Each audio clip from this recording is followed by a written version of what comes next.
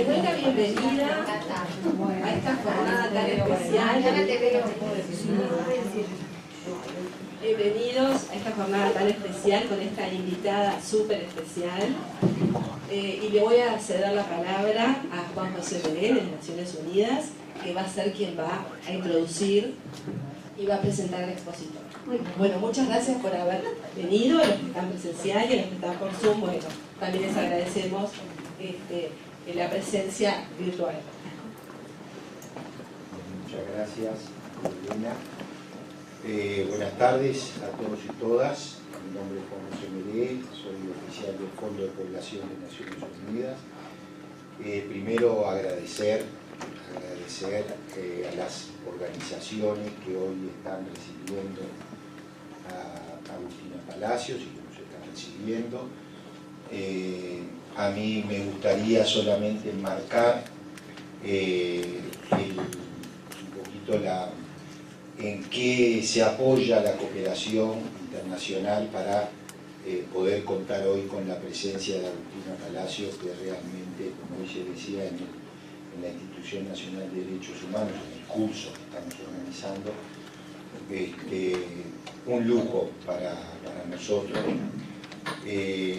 Agustina es una persona que nos conoce muy bien, ya hace muchos años que viene, y hoy estábamos recordando con la directora de Discapacidad del Ministerio de Desarrollo Social, Karen Sass, que está aquí presente, que ya en el 2013 ella venía a ayudarnos a que se pudiera elaborar un plan de acceso a la justicia en aquel momento. A 5 años, porque el Uruguay ratificó la Convención de los Derechos de la Persona con Discapacidad casi 2 años después, aprobada en Naciones Unidas, en el 2008, y hay muchos intentos para poder avanzar en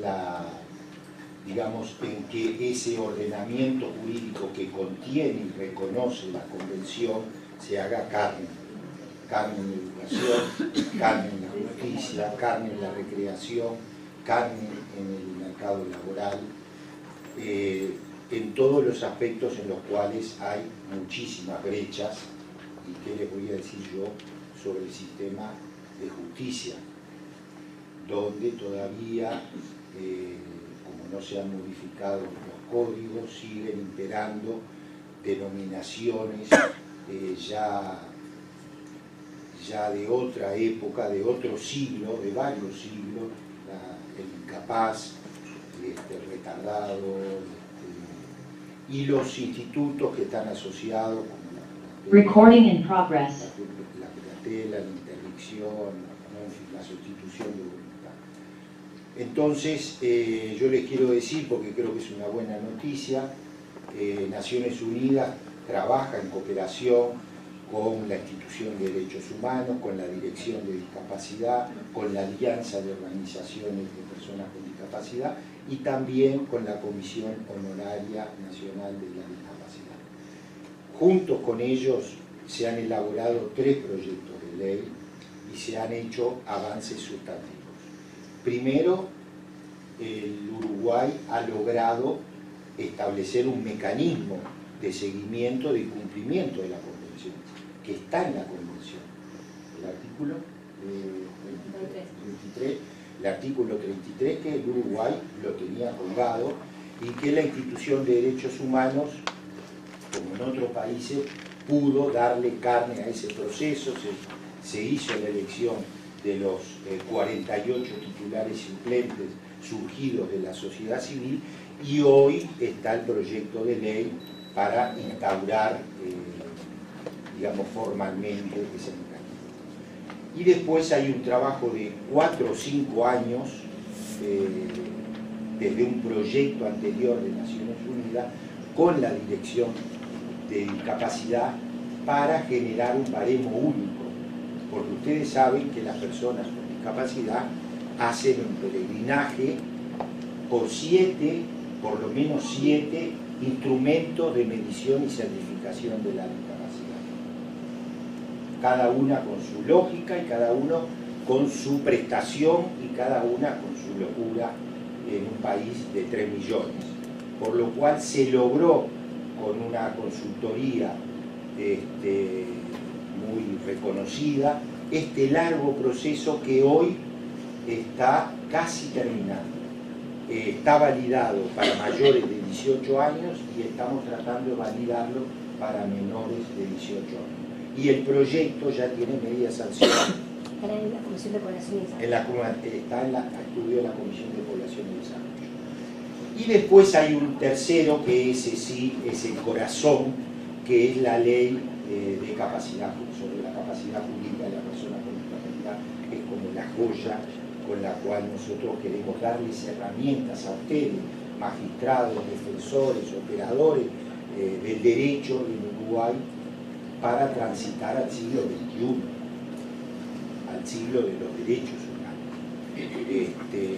Entonces, ese proyecto del cual algo, Agustina fue una de los que la miró, lo revisó, transitó hace 1 año y medio, 2, la Facultad de Derecho, la Asociación de Escribanos, todo, la sociedad civil, y ese proyecto está a punto de ser presentado al Parlamento como el proyecto que puede cambiar la vida de las personas, pero también la vida de los operadores de salud, los operadores de justicia, las familias que van a poder ver a sus familiares como personas con derechos, personas, más allá de la discapacidad. Y el Estado va a poder apropiarse de lo que son sus deberes respecto de los apoyos, de la salvaguarda, respecto de los ajustes nacionales.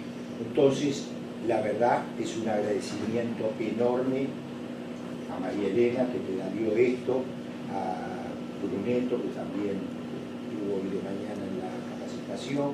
O sea, este es el lugar donde queremos estar. Y le acabo de decir a María Elena que cuente con nosotros, bueno, obviamente no voy a hablar por la Dirección de Discapacidad, pero es una socia de hierro para nosotros, que cuenten con nosotros para organizar las actividades que sea, para traer expertos. No va a ser del calibre de Agustina, pero hay muy buenos también, y para ayudarlos a pensar otro paradigma, el paradigma que va a explicar Agustina. Solo hablar, levantar el teléfono, Juan, Karen, lo que sea, estamos a disposición.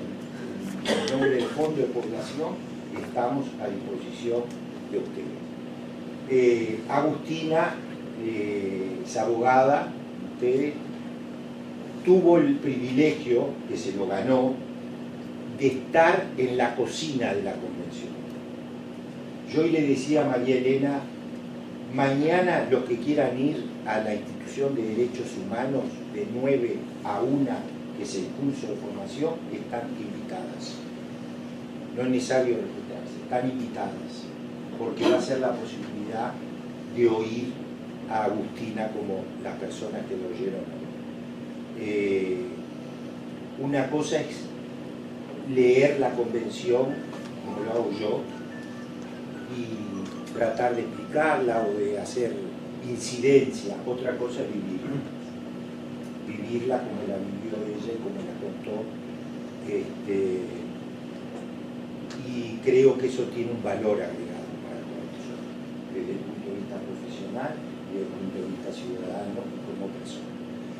Agustina es investigadora adjunta del CONICET, está a ese título aquí con nosotros, y además es profesora de Derechos Humanos, aborda los temas de discapacidad en 2 o 3 universidades de Argentina, de España, de varios de Perú, de varios otros países, y la verdad estamos muy agradecidos que esté acá, y gracias a que nos hayas propiciado este espacio.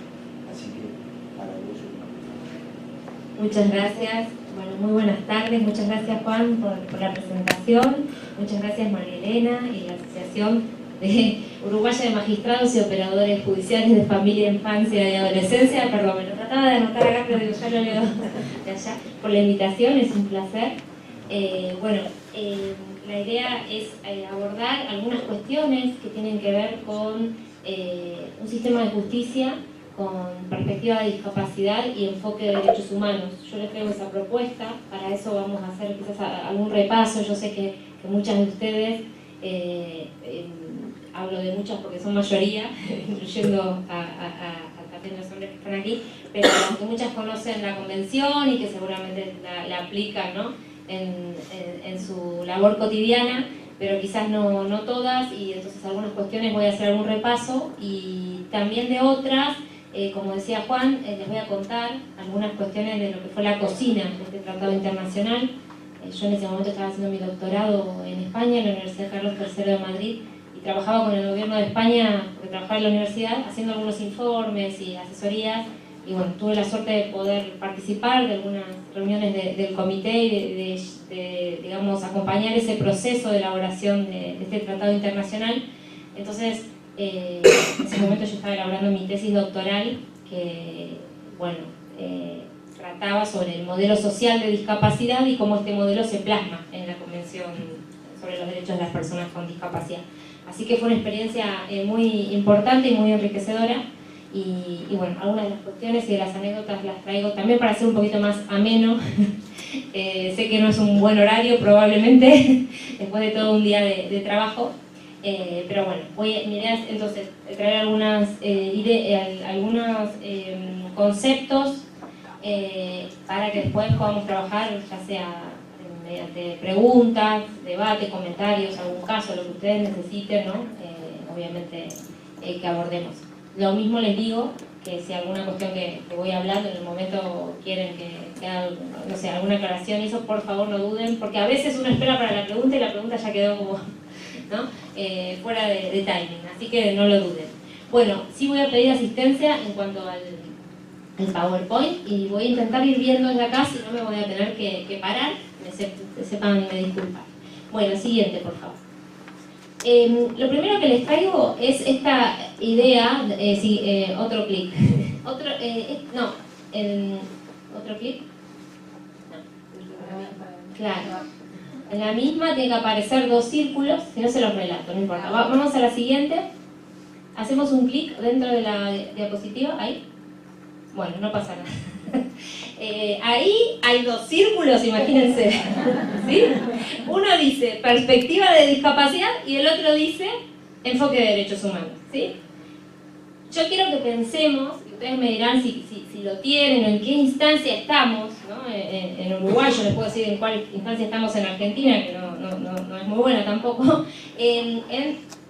poder afirmar, ¿no?, que tenemos un sistema de justicia con perspectiva de discapacidad y enfoque de derechos humanos. Siguiente, por favor.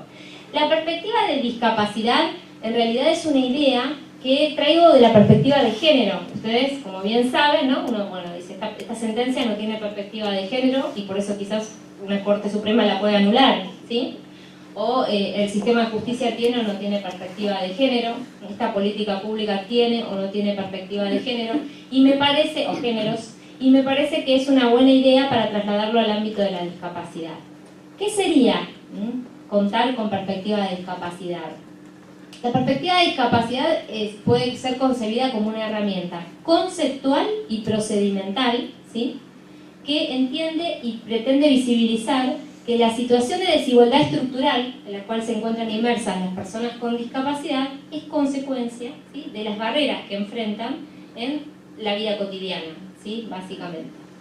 La perspectiva de discapacidad nos obliga a modificar normas, a modificar protocolos, a modificar actitudes también, prácticas, valores, porque si no las modificamos vamos a reproducir esa desigualdad estructural. Y esto es muy importante cuando pensamos en un sistema de justicia, ¿sí?, porque cuando la persona con discapacidad llega, ¿sí?, a un proceso judicial, por ejemplo, tendremos que pensar que esa persona viene, yo en un rato les voy a mostrar una imagen, pero viene cargada, ¿no?, de unas cadenas que se traducen en barreras, que ha tenido que enfrentar durante toda su vida. Entonces no llega ya al sistema de justicia en igualdad de condiciones que las demás.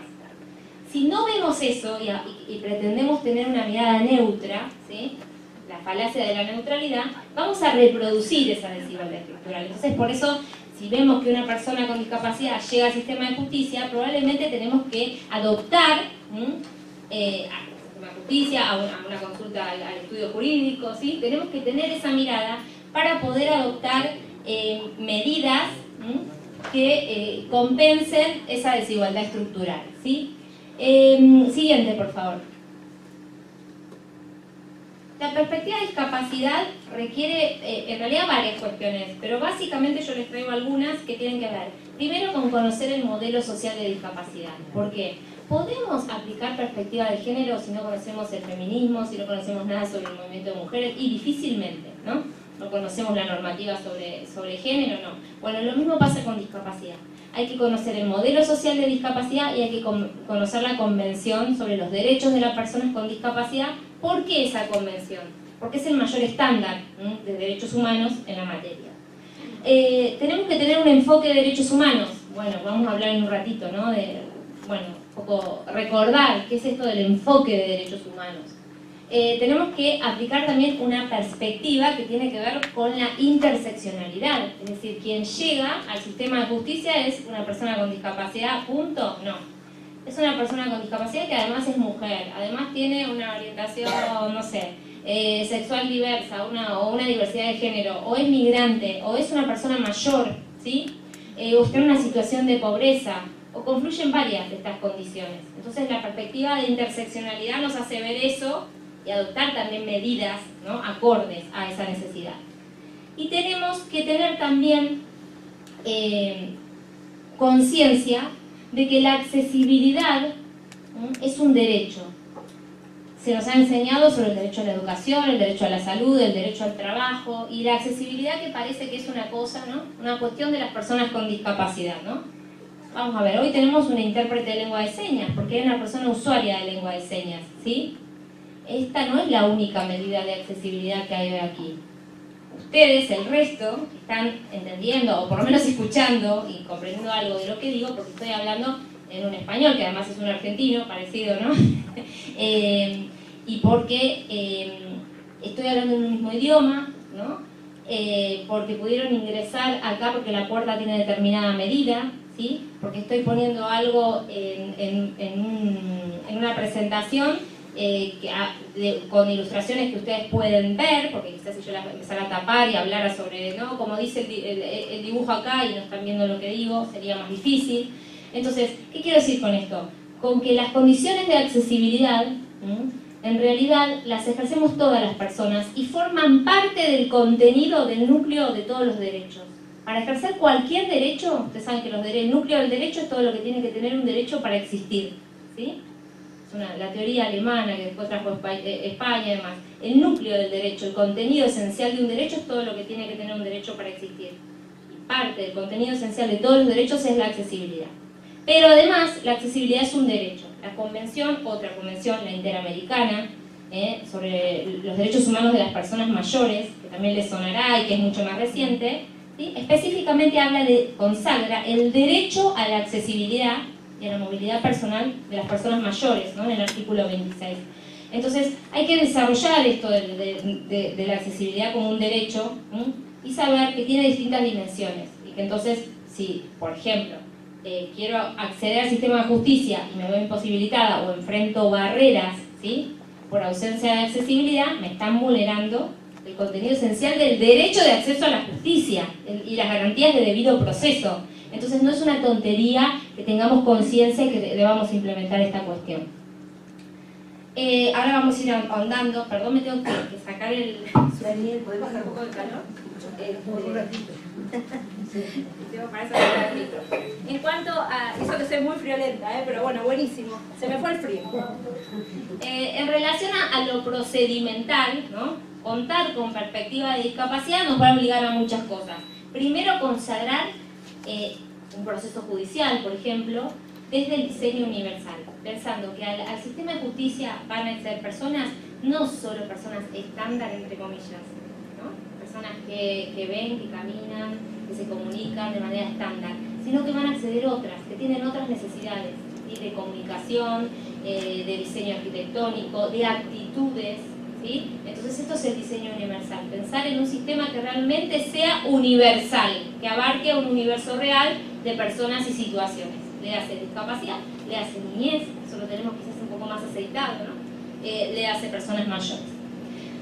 Otra cuestión esencial en relación a la perspectiva de discapacidad tiene que ver con la participación. Hay un lema del modelo social de discapacidad que es el nada sobre las personas con discapacidad sin las personas con discapacidad. Es un lema macro, que es para la política pública, y micro, que tiene que ver con las decisiones de la propia vida de la persona. Entonces, no podemos decidir sobre la persona sin dar participación a la persona. Esto nos liga con una cuestión esencial, que es la capacidad jurídica, que voy a ir en un rato, ¿no? Pero bueno, no solo eso, la persona es parte del proceso, ¿sí? Es protagonista del proceso y debemos honrar, digamos, esta situación y darle participación activa y efectiva. Y por el otro lado, también otro principio básico de la perspectiva de discapacidad es la transversalidad. ¿En qué se traduce en el sistema de justicia? En que no sea solo, ¿no?, el ámbito de derecho de familia quien esté preocupada por la temática de la discapacidad. Porque las personas con discapacidad, además de transitar procesos de determinación de la capacidad jurídica, ¿sí?, o procesos que hacen a una internación, o bueno, los temas, la temática que ustedes abordan, ¿no?, en su fuero, las personas con discapacidad pueden cometer un delito, pueden, no sé, tener un problema o iniciar una acción judicial de desalojo, o sea, ejercen, ¿no?, otras áreas y otros ámbitos de la vida en los cuales también hay que tener esa perspectiva para garantizar, ¿sí? Por ejemplo, decir, bueno, ojo, en este proceso de desalojo, no sé, acá hay una persona con discapacidad, es una alerta, porque quizás requiera esa persona, ¿sí?, para no sufrir desigualdad y discriminación dentro del acceso a la justicia, quizás requiera la adopción de ajustes. Siguiente, por favor. Les decía que la otra cara de la moneda, de la perspectiva de discapacidad, sobre la cual voy a volver, pero bueno, la otra cara de la moneda es el enfoque de los derechos humanos, ¿sí? La discapacidad es una cuestión de derechos humanos. Entonces, yo tengo un caso donde hay una persona con discapacidad, tengo que aplicar el enfoque de derechos humanos.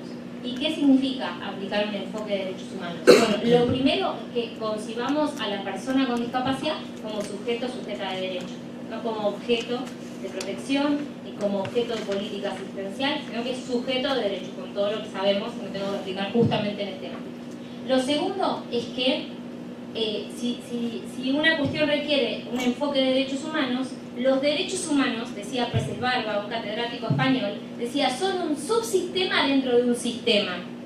De nuevo, apelo a la imaginación. Un círculo grande, ¿no?, un sistema que es el derecho, y un círculo pequeño que es ese subsistema de derechos humanos, que nos va a obligar a decir, bueno, los derechos humanos tienen unas características de universalidad, de interdependencia, que ya conocemos, ¿no?, por lo que nos dedicamos. Los derechos humanos tienen unos principios, ¿sí?, unos principios, por ejemplo, de progresividad, no regresividad, el pro persona, bueno, eso también hay que aplicarlos. Y los derechos humanos tienen unos valores, los valores que sustentan a los derechos humanos. Comentaba Juan que yo soy profesora de derechos humanos y lo primero que hago en la primera clase es dibujo un árbol, el árbol de los derechos humanos, donde el tronco es la idea de dignidad humana y salen primero 3 ramas gruesas, la idea de igualdad, de libertad y de solidaridad, después unas ramitas que todas se entrecruzan porque están absolutamente ligadas, que son los derechos, ¿no? Ese árbol un poco lo que manifiesta es esto, esos principios de dignidad que incluye la autonomía, de libertad, de igualdad, de solidaridad de la política pública, ¿no? Hay que aplicarlos si estamos ante un caso que requiere enfoque de derechos humanos.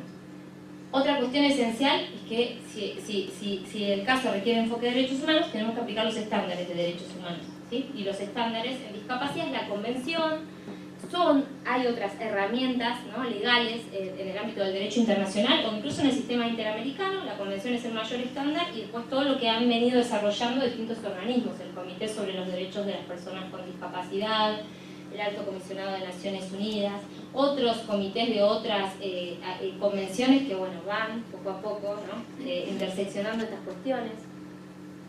Si el caso requiere un enfoque de derechos humanos, esto me parece muy importante dentro del sistema de justicia, tenemos que implementar un marco, ¿no?, además del conceptual, procedimental, que imponga mecanismos de seguimiento y de responsabilidad. Y reparación, tendría que decir ahí, y reparación. ¿Qué significa esto? que hoy a la mañana, en el contexto de otro encuentro, decíamos que quizás, en palabras de Norberto Bobbio, los derechos humanos de las personas con discapacidad no son todavía derechos en serio, ¿sí? Los derechos en serio de Bobbio. ¿Por qué? Porque está naturalizada la discriminación de las personas con discapacidad, ¿sí? Está naturalizado algo que es ilegal, ¿no? Algo que vulnera derechos. Entonces también es importante que seamos conscientes de eso, porque eso está naturalizado, no sé, en la calle, cuando la persona no puede ni bajar, no sé, una rampa, cuando no puede subir a un colectivo. Bueno, todo eso, pensemos, sabemos, lo cuadramos jurídicamente, y es discriminación, y es vulneración de derechos. Y eso no puede, no debería pasar en el sistema de justicia, ¿sí? Que la persona no cuente con un sistema de apoyo, con un facilitador o facilitadora, con un intérprete de lengua de señas, con un lenguaje sencillo, cuando le notificamos cualquier cuestión que hace al procedimiento, o un lenguaje sencillo y claro cuando hacemos una entrevista con la persona con discapacidad y buscamos la manera, ¿no?, de acercarnos a la persona con discapacidad. Bueno, todas estas son cuestiones que tenemos que tener en cuenta. Siguiente, por favor. Siguiente. Bueno,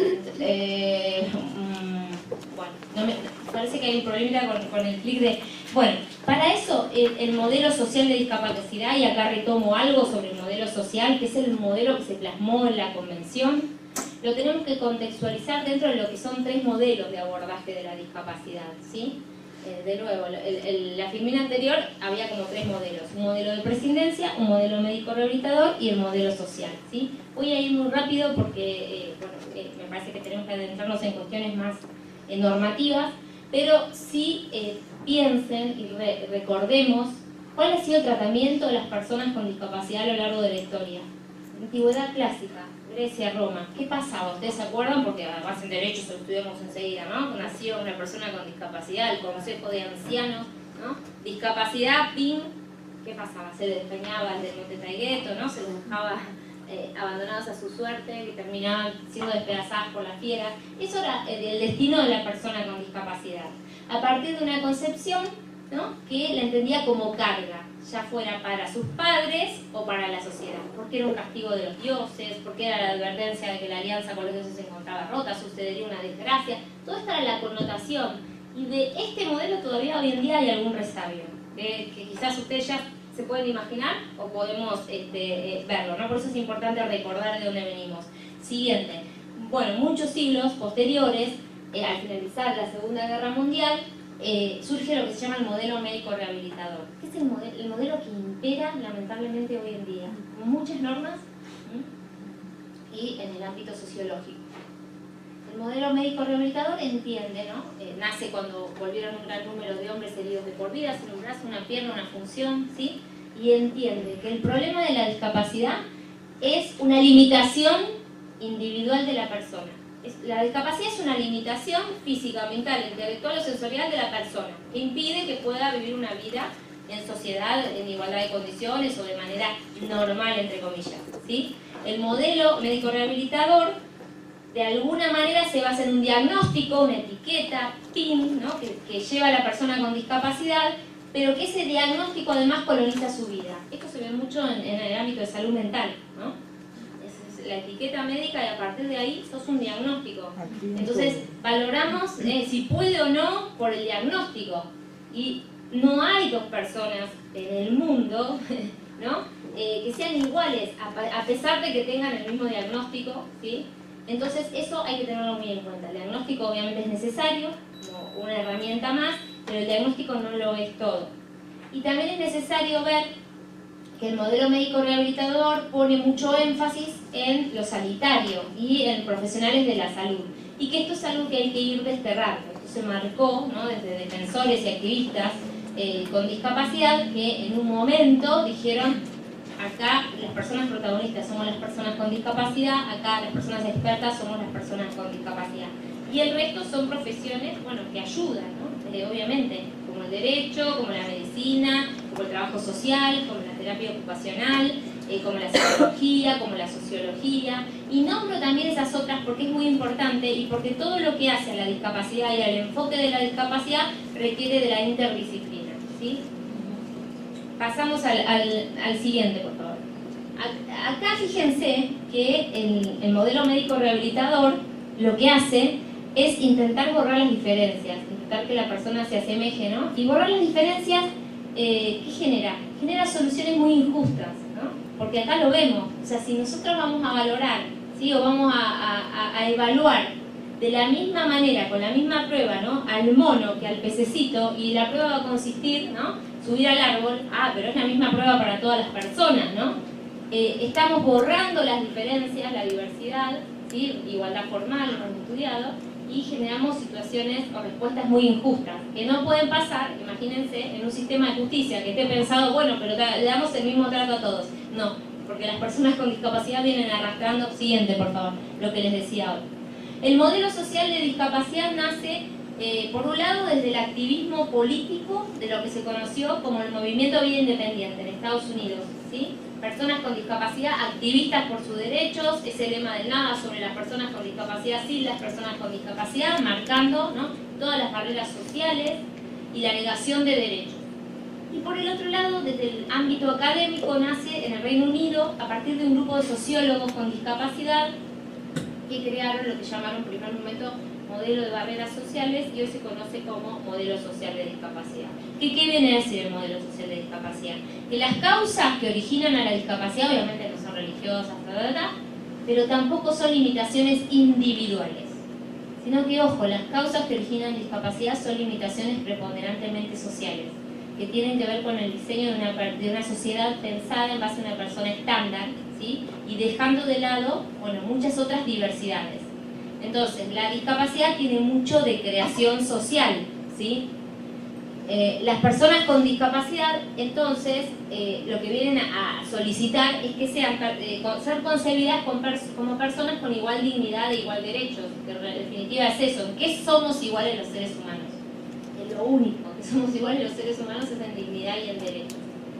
Y desde el modelo social se aboga, bueno, por un lado, en que si bien la rehabilitación, el diagnóstico, el enfoque sanitario y el enfoque médico es algo necesario en la vida de las personas con discapacidad, y de la del resto también, ¿sí? El enfoque más holístico a la hora de abordar la discapacidad tiene que ver con los derechos humanos. Los derechos humanos obviamente van a incluir el derecho a la salud, pero también consagran, ¿sí? y desarrollan ámbitos muy necesarios donde todas las personas desarrollamos nuestra vida. En materia de capacidad jurídica, ¿sí? El modelo médico rehabilitador entendió, ¿sí? Que hay personas, a partir de diagnósticos, sobre todo personas con discapacidad intelectual o psicosocial o mental, ¿sí? Que no pueden tomar decisiones.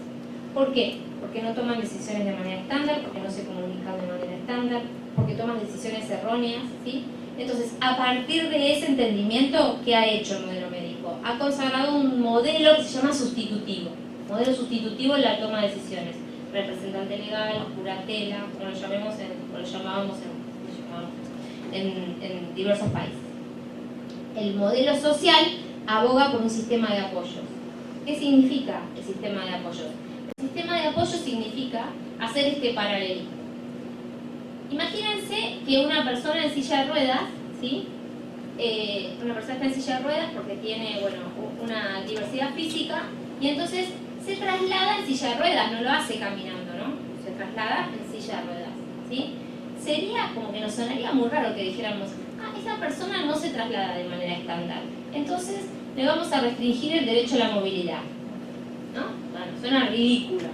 Eso es lo que pasa con la capacidad jurídica. ¿Sí? Esa persona no toma decisiones de manera estándar, entonces le restringimos la capacidad jurídica. No, esa persona, siguiendo en el paralelismo que estoy haciendo, para el ejercicio de su capacidad jurídica necesita rampas, necesita silla de ruedas, necesita bastón. ¿Qué significa esto? Sistemas de apoyo, ¿sí? Para poder ejercer la capacidad jurídica. Después cuando entremos en el tema, vamos a ver que, bueno, son más intensos los apoyos, menos intensos, que hay casos más difíciles, menos difíciles, pero ideológicamente y filosóficamente ese es el cambio y el salto, desde un modelo sustitutivo a un modelo, ¿sí? De apoyos. Otra cuestión muy importante tiene que ver, desde el modelo social, tiene que ver, como les decía, del enfoque de los derechos humanos y del trabajo en materia de discapacidad de la mano de las personas con discapacidad. Esto del lema de nada sobre las personas con discapacidad, sin las personas con discapacidad. Siguiente, por favor. Bueno, acá justamente les pongo esto que viene a marcar el modelo social, ¿no? De barreras y cadenas sociales que tiene que enfrentar la persona y que son discriminación estructural. Porque si pensamos en la vida de las personas con discapacidad, vemos que esa discriminación se enfrenta en todos los ámbitos prácticamente donde se desarrolla la vida. Incluso yo me atrevería a decir a veces que esto es violencia. O sea, si nos sentamos en esa silla y empezamos a ver, no, acá no, termina siendo violencia, ¿sí? Entonces, esto, de nuevo insisto, es lo que tenemos que ver cuando llega una persona con discapacidad al sistema de justicia. Siguiente, por favor. Esas barreras, como les decía, pueden ser físicas, pueden ser comunicacionales, pero las más difíciles de derribar son las actitudinales. ¿Por qué? Porque son prejuicios y estereotipos que tenemos internalizados y no los vemos. Ahí Mafalda y Susanita, ¿no? Susanita le dice, yo prejuicios, inventos tuyos. ¿Cuándo dije yo algo contra esos cochinos negros? A ver, decime, ¿cuándo, no?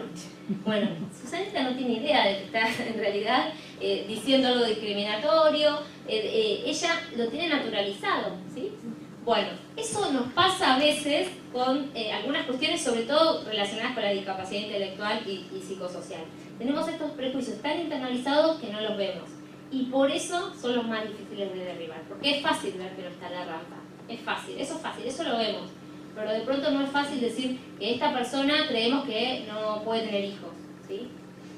Porque, bueno, porque pensamos en un montón de cuestiones que hacen a que de pronto vamos indagando y decimos, bueno, eran prejuicios, como lo demostró un caso, que es un caso muy conocido en Argentina, de la Corte Suprema, no sé si ha llegado acá, un caso que se llamó en los medios de comunicación el caso Marisa, ¿sí? El caso Marisa era una mujer adulta con discapacidad intelectual a quien una trabajadora social de un juzgado, ni bien nació su bebé, le fue a hacer una entrevista, entendió que había peligro porque la mujer tenía discapacidad intelectual y además interseccionaba una situación de pobreza, ¿no? Y entonces separan a ese niño de la madre, ¿no? Durante 4 años que la madre llevó adelante una lucha con sus medios y con el apoyo de una asociación argentina de personas con discapacidad, 4 años para que el caso llegara a la Corte, ¿no? Hoy lo contaba la mañana este caso. Y la Corte Suprema, cuando decide, ya era cuando el niño estaba para ser dado en adopción, 4 años sin su mamá en una institución, ¿sí? A partir de un informe de una trabajadora social que entiende una entrevista con una mujer con discapacidad intelectual, con un hijo recién nacido en brazos, que es un peligro, lo fundamenta en la discapacidad, absolutamente discriminatorio, ¿no? Y bueno, ahí el caso marca cómo el Estado, desde todos los ámbitos, no solamente el Poder Judicial, el sistema de justicia, que como decía, en un momento hasta hicieron. Esta mujer recibió en este proceso de 4 años una cédula de notificación que decía que en el transcurso de 5 días se tenía que presentar al juzgado con un proyecto de vida para ella y para su hijo, ¿no? En términos, además, de la cédula de notificación, digamos, tradicional. Bueno, la Corte ahí marca todas las falencias de un Estado, ¿no? En consagrar apoyos para la maternidad. Y cómo, además, el caso mismo, la vida misma lo mostró. Porque en ese caso, cuando la Corte resuelve, y la Corte lo dice, Marisa había tenido otro hijo, que en ese momento tenía 2 años. Y que, por suerte, afortunadamente, nadie se había enterado, digamos. Y ahí, en las entrevistas y demás, ven cómo ella podía ejercer su maternidad. Con apoyo del abuelo, es decir, de la madre de Marisa, ¿no? Que había... Bueno, entonces, estas cuestiones, fíjense que son muy graves, que hacen a cuestiones muy graves, violación y vulneración de la Convención sobre Discapacidad, de la Convención sobre Derechos del Niño, porque ese niño estuvo 4 años en una institución en vez de estar con su mamá y con su familia, ¿no? Bueno, en base a cuestiones que tenemos absolutamente internalizadas, ¿no? El caso se resolvió. Yo lo que siempre veo que falta, por lo menos en materia de discapacidad, en la mayor parte de los países se resuelve, bueno, pero por eso insistí hoy, porque yo misma no lo puse, la reparación. También tenemos que pensar, ¿no? En fiscalizar cuando no se aplica la convención y hay que aplicarla, cuando en mecanismos de responsabilidad, porque vos tenés una responsabilidad. Y si no estás aplicando la convención o si no estás adoptando un ajuste, estás discriminando. Y además estás discriminando desde tu función jurisdiccional, es gravísimo, ¿no? Y de reparación. Estos son mecanismos que creo que es importante desarrollar en materia de acceso a la justicia. Sigamos, por favor. Sigamos, no me voy a centrar en esto. Sí me voy a centrar en, y para cerrar esto del modelo social, en que el modelo social pone sobre la mesa 3 dimensiones de la discapacidad que es importante que tengamos presente siempre que trabajamos con cuestiones con temas de discapacidad. La discapacidad es a la vez una condición, es una situación y es una posición. La condición de discapacidad es esa dimensión personal. La persona es ciega, la persona tiene una cuadriplegia, ¿sí? Es esa condición de la persona. ¿Cómo la llama esa condición la convención? Deficiencia. A mí no me gusta el término eficiencia, ¿sí? Déficit, una connotación negativa, médica, ¿no? Por eso se puede llamar de otra manera. Yo les traía el término diversidad funcional, pero no quiero ahora irnos en cuestiones terminológicas, pero esa es una propuesta que se hizo de España desde el movimiento de personas con discapacidad. Pero bueno, la condición de discapacidad es esa condición, ¿sí? Ahora, cuando esa persona con su cuadriplegia en su silla de ruedas, con su condición, sale a la calle y no puede ni ir a la esquina, no puede tomar el transporte ni acceder a ningún lugar, vas a estar en una situación, ¿sí? Esa es la situación de discapacidad, es lo que viene a marcar el modelo social. La situación es esa dimensión interrelacional, ¿no? Dinámica que se da cuando aparecen las barreras sociales. Y también la discapacidad es una posición. ¿Por qué? Porque es una posición social que está minusvalorizada, ¿sí? Nadie quiere ser persona con discapacidad, es muy raro que alguien quiera pertenecer. Hasta cuesta a veces tramitar, ¿no? Un certificado de discapacidad, una certificación. ¿Por qué? Porque es un estigma muy grande, ¿sí? Y esto, de nuevo, se relaciona con lo primero, porque si a la condición le llamaste minusvalía, o subnormal, o como el código argentino hasta hace 2 días, ¿no? Que, no 2 días, pero muy poquito tiempo, que hablaba de la mujer idiota o demente. O sea, y así sabemos, ¿no? Cómo esas etiquetas, ¿quién va a querer pertenecer a ese colectivo? Entonces es importante, ¿no? También empezar a desentrañar y a deconstruir todas estas dimensiones. Siguiente, por favor. Bueno, ¿es posible pensar en un sistema de justicia sin perspectiva de discapacidad ni enfoque de derechos humanos? ¿Es posible? Y no es posible. Ahora, ¿es real? ¿Es real? ¿Dónde estamos? ¿Dónde estamos en este camino?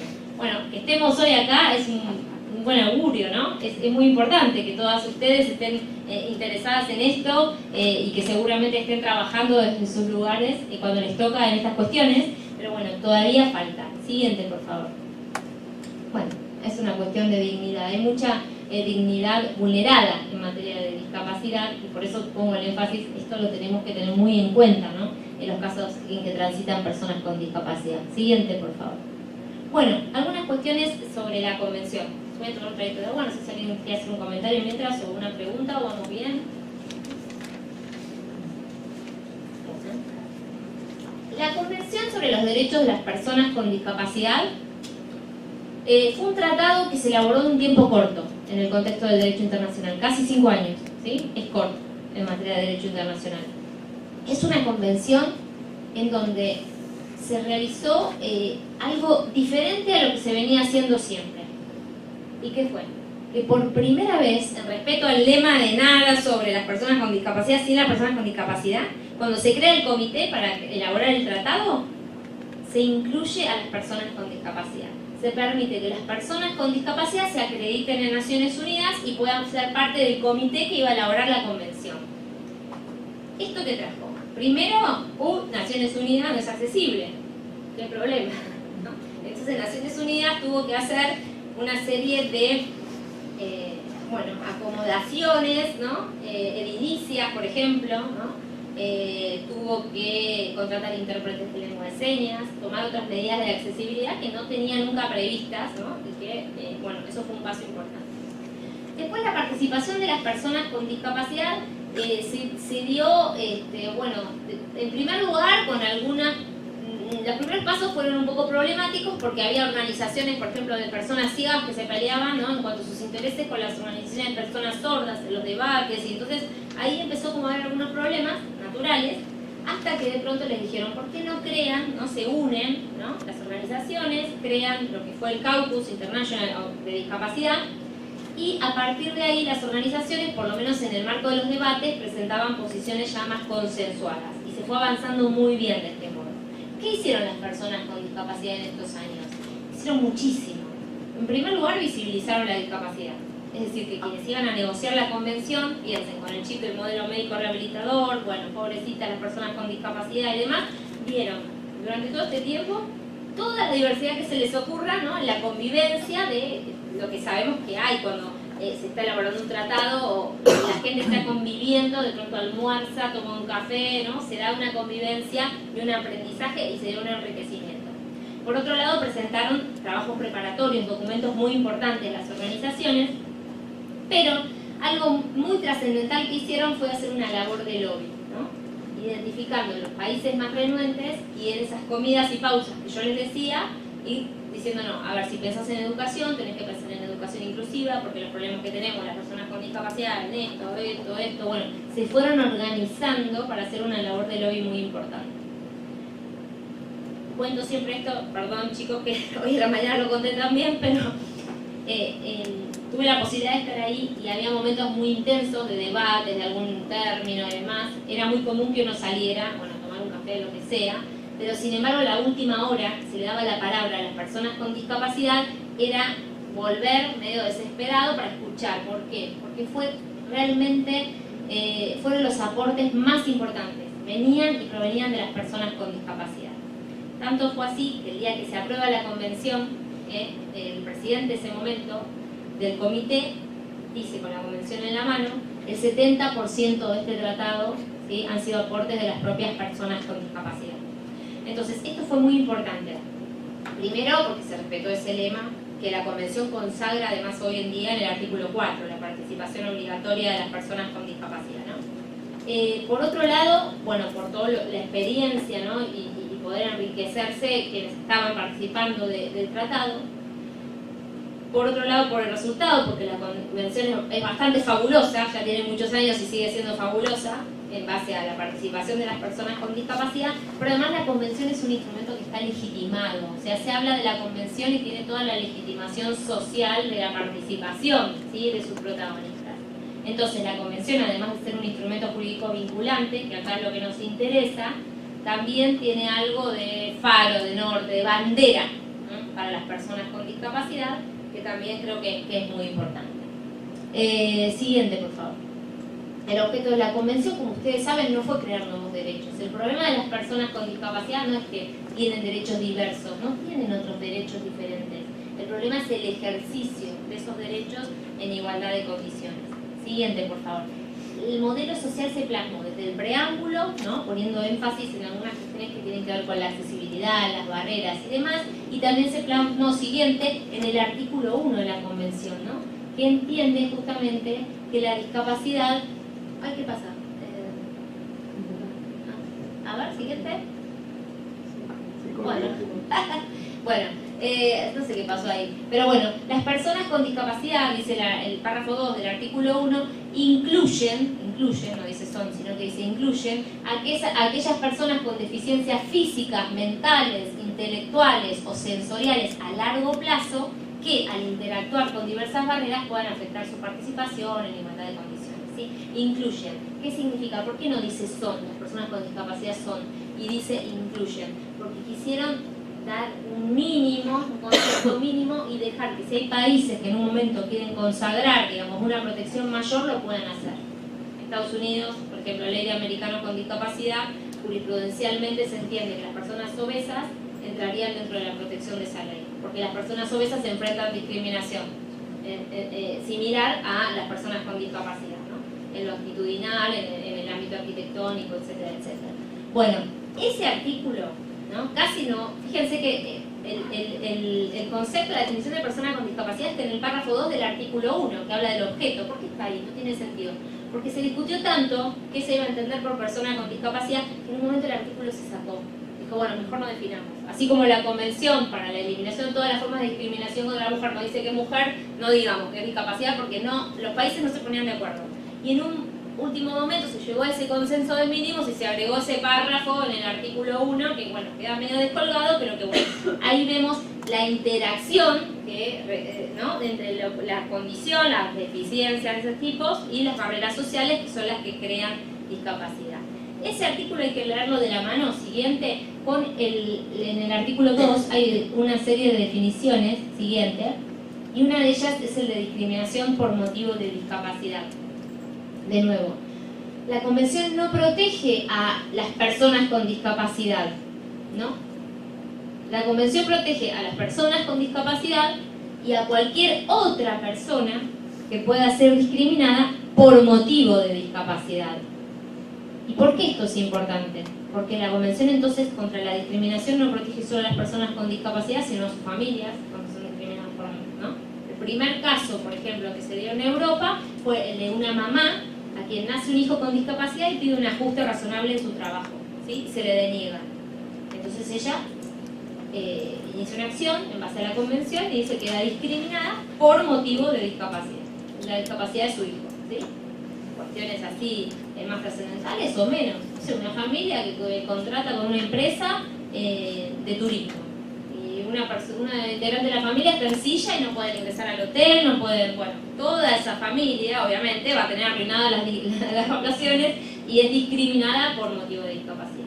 No sé si pasa acá, pero en Argentina sí, que si una persona con discapacidad forma parte, ¿no? de una familia, probablemente puede que al momento de querer contratar un seguro privado de salud se le deniegue a toda la familia, ¿sí? Porque uno de sus integrantes tiene discapacidad. Bueno, esos son ejemplos de muchos otros que se les pueden ocurrir o que quizás conocen de discriminaciones por motivo de discapacidad que no solo se dan a personas con discapacidad. Siguiente, por favor. El artículo 3 habla sobre los principios, ¿sí? Los principios sobre los cuales hay que interpretar la Convención, ¿no? Y, hay que interpretarla y hay que aplicarla, ¿sí? Muy a vuelo de pájaro. Estos principios son distintas manifestaciones. Primero, de la idea de dignidad humana. La Convención tiene dos columnas rectoras que están de manera, digamos, continua y de manera transversal. La columna de dignidad y la columna de igualdad. El inciso habla de la idea de dignidad humana, de la autonomía, de la toma de decisiones, de la independencia de las personas, y esto se vincula mucho con la capacidad jurídica, ¿sí? También se vincula con otro artículo importante de la Convención, que es el artículo 19, que consagra el derecho a la vida independiente y a ser incluida en la comunidad, ¿no? Y los distintos incisos que siguen son distintas manifestaciones del derecho a la igualdad, ¿no? La no discriminación, la participación, la igualdad de oportunidades, la accesibilidad. Fíjense el inciso D, que yo siempre lo destaco porque esto fue textual, un aporte de las personas con discapacidad. Dice, el respeto de la diferencia y la aceptación de las personas con discapacidad como parte de la diversidad y la condición humana, ¿no? Por un lado, qué lindo, ¿no? Este inciso, y por otro decimos, primer tratado del siglo XXI, y nos tienen que venir a decir que la discapacidad es parte de nuestra condición de humanidad, ¿no? Es como, bueno, también nos tendría que hacer reflexionar. Los últimos dos incisos consagran intersecciones de género y de niñez, ¿sí? Yo se las traía, el PowerPoint si les interesa se los dejo porque es bastante largo y yo les traía un poco el desarrollo de los artículos y más, pero por cómo voy de hora prefiero ir acordando algunas cuestiones para también dejar un espacio para el debate. Pero básicamente lo que se debatió en su momento era si la Convención necesitaba un artículo específico sobre mujer o un artículo específico sobre niñez para visibilizar, ¿no? esta discriminación interseccional que sufren, o si se requería un enfoque transversal, un enfoque y perspectiva de género o de niñez a lo largo de todo el articulado. Se definió por esta solución doble, ¿sí? Hay un artículo 6 que habla de la mujer con discapacidad y un artículo 7 que habla de la niñez con discapacidad, ¿no? Y justamente exige obligaciones para los estados de una protección, digamos, acorde a la discriminación que sufren mujeres con discapacidad y niñez con discapacidad. Hoy en la mañana lo comentaba, ¿por qué hay un artículo sobre mujer, otro sobre niñez y no hay, por ejemplo, sobre personas mayores con discapacidad o sobre pueblos originarios con discapacidad? Por lo que yo pude ver, porque no hicieron el lobby suficiente, o sea, eso se ve, ¿no? Había mucho lobby sobre mujer con discapacidad y también sobre niñez. Y el resto ustedes podrán encontrar que habla de personas mayores con discapacidad o de pueblos originarios en algunos artículos así como mechados, ¿no? Siguiente, por favor. Siguiente. Vamos acá. Yo les decía, antes de entrar en capacidad jurídica, que a mí me parece muy importante, para contar con perspectiva de discapacidad, conocer bien el contenido y alcance de la accesibilidad, ¿no? Y desde ahí podemos entender, algo ya les adelanté, que la accesibilidad tiene distintas dimensiones, ¿no? La accesibilidad, por un lado, es parte del contenido esencial y del núcleo de los derechos, ¿no? Yo les estoy poniendo en pantalla un caso que es muy viejo ya, que sucedió en Canadá, cuando unas personas sordas, usuarias de lengua de señas, demandaron a un hospital público por ausencia de intérprete de lengua de señas, ¿no? En ese momento había sido un matrimonio de personas sordas, ella tuvo que dar a luz sin poder comunicarse, ¿no?, con profesionales de la salud. Se unió a la demanda un señor que fue al médico por una dolencia, sordo, y que no pudo transmitir ni irse con una solución de su dolencia. Entonces demandaron al hospital por ausencia de intérpretes de lengua de señas, ¿no?, y por discriminación. Bueno, en primera instancia se dijo que no, porque bueno, se entendía que se había dado el mismo trato que al resto de personas, ¿no?, igualdad formal, la neutralidad, las falacias de la neutralidad, y que incluso se había puesto bueno, muy buena voluntad para tratar de atender a estas personas y demás. Pero bueno, en instancias superiores lo que se entendió es que no solo se había discriminado a las personas sordas, ¿no?, por ausencia de intérpretes de lengua de señas, ¿no?, por no contar con estas medidas de accesibilidad, sino que ahí la Corte lo que dice es que se había vulnerado el núcleo, el contenido esencial del derecho a la salud. ¿Por qué? Porque parte del contenido esencial del derecho a la salud es poder comunicarme con las y los profesionales de la salud. Eso lo podemos aplicar y lo debemos aplicar para cualquier derecho, y es una dimensión muy importante. La segunda dimensión es concebir a la accesibilidad como contenido específico del derecho a no ser discriminado. El derecho a que no me discriminen por ausencia de accesibilidad, condiciones de accesibilidad, de ajustes de procedimiento de la justicia, una cosa muy importante. Y lo tercero, como les decía hoy, la accesibilidad como derecho autónomo, ¿sí?, que ya está consagrado a nivel interamericano como derecho, técnicamente como derecho en la Convención sobre los Derechos de las Personas Mayores. Siguiente, por favor. ¿Qué estrategias tenemos para garantizar la accesibilidad? Tenemos dos. Una es el diseño universal, que es previo y es universal. Fíjense lo que dice. Diseño universal, que es previo porque diseñamos previamente una política pública, un escritorio, un encuentro, diseñamos, lo pensamos de manera universal. Esto se conoció en un inicio como diseño para todos, después fue diseño para todos y todas, bueno, ahora se llama diseño universal. Pensar, ¿no?, por ejemplo, en un encuentro, ¿sí?, pensado y diseñado para un universo real de personas y situaciones, ¿sí?, que bueno, contemos con intérprete de lengua de señas, yo trate de adoptar un lenguaje sencillo, que en el caso de que una persona ciega o disminuida visual, yo pongo una ilustración, la relato, bueno, todo eso lo podemos prever desde un diseño que es previo y es universal. Ahora bien, hay casos en que a pesar de eso, hay una persona, un caso particular que puede requerir una medida particular como un ajuste. Y ahí entran a jugar los ajustes razonables, ¿sí? ¿Qué son los ajustes razonables? La Convención los define. Son medidas particulares que deben adoptarse para garantizar la accesibilidad en el caso particular. El problema, por eso lo diferencio, es que los ajustes razonables, tanto en la Convención como en las normas que consagran el derecho a ajustes razonables, no sé, en Inglaterra, España, bueno, ahora hay normas latinoamericanas, Perú, que habla de esto y sobre todo del acceso a la justicia y demás, siempre la figura del ajuste razonable es obligatorio y además no adoptarlo es una discriminación, pero salvo que la carga resulte excesiva o indebida, ¿sí? Entonces ahí es donde se puede uno empezar a debatir, bueno, pero ¿cuándo resulta la carga excesiva o indebida? Bueno, en España, por ejemplo, hay herramientas para valorar si la carga es excesiva o indebida. Pero en relación a esto, ya les adelanto, por si no lo saben, calculo que sí, pero bueno, para que lo recordemos, es que cuando estamos en el sistema de justicia, no existen los ajustes razonables. ¿Por qué? Porque se llaman ajustes de procedimiento que no son ajustes de razonables. El artículo 13 del derecho de acceso a la justicia obliga a garantizar condiciones de accesibilidad y ajustes de procedimiento según la edad y discapacidad. Los ajustes de procedimiento lo aclararon varios organismos, uno de ellos es el Comité, el Alto Comisionado de Naciones Unidas, el Comité también de Discapacidad, que los ajustes de procedimiento son obligatorios, no entran dentro de la valoración de razonables o no razonables, porque siempre son necesarios, ¿sí?, para garantizar que el debido proceso y el derecho de acceso a la justicia. Entonces siempre hay una obligación en el proceso judicial de adoptar todos los ajustes de procedimiento que la persona requiera bajo, digamos, bajo nulidad. ¿Por qué? Porque la no adopción, digamos, implicaría la vulneración del debido proceso, ¿sí? Entonces esto se los quería comentar. Siguiente, por favor.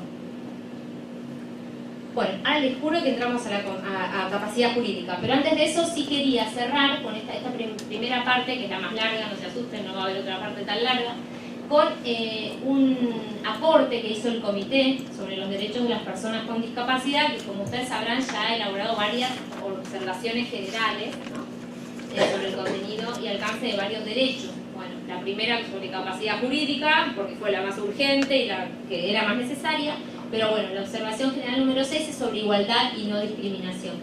Y lo que hace el comité es un aporte que a mí me parece muy importante, que también puede ser un faro para el acceso a la justicia. De hecho, hace poco fui jurada de una tesis doctoral donde ella trabajó el concepto de acceso a la justicia bajo esta mirada de igualdad inclusiva. Es decir, cómo podemos pensar, ¿no?, todo el proceso judicial desde esta mirada de igualdad inclusiva. ¿Qué es este modelo de igualdad inclusiva que aporta el Comité sobre los derechos de las personas con discapacidad? Es pensar en un modelo de igualdad que tenga estas 4 dimensiones. La primera es la dimensión redistributiva para afrontar las desventajas económicas, ¿sí? Políticas redistributivas, ¿sí?, sabemos que son necesarias en materia de discapacidad porque la discapacidad genera gastos extra. ¿Por qué? Por ausencia de accesibilidad y por un montón de cuestiones donde el Estado está ausente. Entonces, una política tiene que tener en principio esta mirada redistributiva, que es, por ejemplo, de recursos o por ejemplo, de cuotas, ¿no?, de medidas de acción positiva, de acceso a la administración pública para trabajar o de becas o lo que fuera. La segunda que debe acompañar es una dimensión de reconocimiento, ¿no?, para combatir el estigma, los estereotipos, los prejuicios y la violencia, y para reconocer la dignidad de los seres humanos y su interseccionalidad. Políticas de redistribución y políticas de reconocimiento. Esto desde la filosofía política siempre se peleaba, ¿no?, que si una o la otra. Bueno, son las dos. Eso también se demostró cuando se debatía esta convención y en un momento se preguntaron, ¿tenemos que incluir la obligación de los estados de adoptar medidas de acción positiva para la discapacidad? Y algunos países como Canadá, que ya habían tenido esas medidas, dijeron no, porque nuestros países fracasaron. Y cuando se pusieron a indagar por qué habían fracasado, esto tenía que ver con que la política redistributiva, por ejemplo, que una persona acceda a una cuota, ¿no?, accede a un trabajo a través de una cuota sola, no alcanza, sino se acompaña con la política de reconocimiento, de que esa persona cuente de nuevo con condiciones de accesibilidad, con apoyo, con acompañamiento, etcétera, etcétera. La tercera dimensión es la dimensión de participación, esto que estamos diciendo, ¿no? Se requiere obviamente la participación activa y efectiva de las personas con discapacidad. Y la última, la dimensión de ajustes, ¿sí?, de ajustes de todo tipo, ¿sí?, depende del ámbito en el que nos movamos, para dar cabida a la diferencia como aspecto de la dignidad humana. Siguiente, por favor. Bueno, ahora sí, les voy a contar algunas cosas que tienen que ver con la cocina del artículo 12. El artículo 12, como ustedes saben, consagra la igualdad en materia de capacidad jurídica, ¿sí? Habla del igual reconocimiento como persona ante la ley, y es el artículo que viene moviendo todas las reformas, ¿sí?, que se vienen dando en varios países de la región iberoamericana. La primera, que fue Argentina, por la reforma y unificación del Código Civil y Comercial de la Nación, que modificó el régimen de capacidad jurídica. Después siguió Costa Rica con una ley. Después siguió Perú con también, bueno, un decreto reglamentario que no se entiende por qué es un decreto, pero que modifica la capacidad jurídica y consagra los sistemas de apoyo. Después siguió Colombia con la ley 1996, para mí una ley espectacular. México tuvo recientemente, más cercanamente en el tiempo, algunas reformas. España ¿sí? España también consagró y modificó el régimen de capacidad jurídica, y bueno, ojalá, ya cuando esté hablando de esto, diga, y ahora Uruguay, ¿no? Pero bueno, Uruguay está con este proyecto de reforma que tuve el gusto de leer y que me parece realmente fabuloso. O sea, yo creo que el proyecto que consagra, ¿no?, la designación de apoyos para el ejercicio de la capacidad jurídica me gustó muchísimo, se lo decía a Karen y a Juan, porque, bueno, primero que creo que han estudiado, bueno, tienen muy buen estudio de derecho comparado, de las experiencias, de lo que ha fallado, de lo que no siguen a la experiencia de Argentina, cosa que me parece muy bien, porque bueno, fue el primero y para mí es el que ha quedado más lejano en relación a los estándares de la Convención. No habla de restricción de la capacidad jurídica, sino de designación de apoyos, va a aspectos procesales, bueno, tiene muchas cuestiones a ser valoradas muy positivamente, que bueno, les invito, si no lo conocen, a leerlo y ya aplicarlo, porque en realidad, teniendo la Convención como parte de la normativa, ya es aplicable todas estas garantías que estamos hablando, porque esto es una ley, ¿no? Que seguramente ustedes tendrían ahora casos para compartir y demás, pero bueno, siempre es bueno fortalecer y que haya un proyecto así, me parece que también es importante. Pero ¿qué pasó cuando se gestó este artículo 12? Trajo problemas desde el primer momento. ¿Qué pasaba? ¿Cómo era la metodología?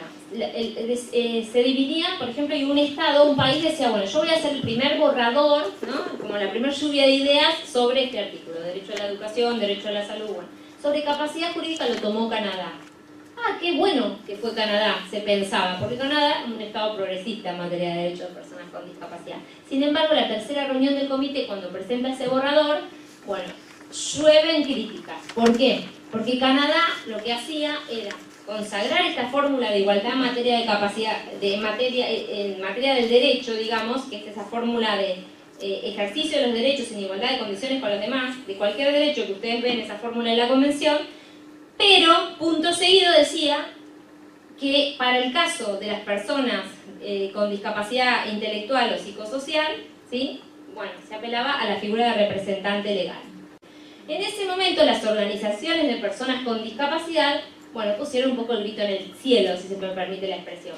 Sobre todo hubo mucho activismo por parte de un grupo de personas con discapacidad que se llaman usuarios y supervivientes de la psiquiatría. Usuarios y supervivientes de la psiquiatría, que eran personas con discapacidad psicosocial que trabajaron mucho por este artículo 12. Trabajaron mucho por generar conciencia de que así como la discapacidad es una construcción social, la capacidad jurídica también es una construcción jurídica, por ende también social, y de que esto venía, el derecho internacional de los derechos humanos y los distintos países venían, digamos, legislando la cuestión desde una mirada médica rehabilitadora y absolutamente discriminatoria en relación a la discapacidad. En el momento entonces se empieza bueno, de hecho la respuesta de algunos países, ¿no?, fue decir, bueno, solamente vamos a reconocer la capacidad plena, pero solamente estas restricciones van para la discapacidad intelectual y psicosocial.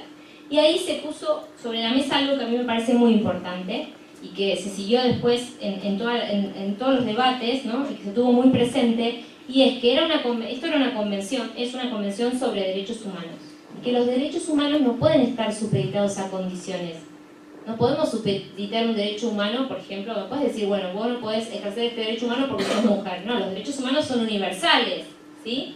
Entonces no pueden estar supeditados a una condición de género, tampoco a una condición, tipo o grado de discapacidad.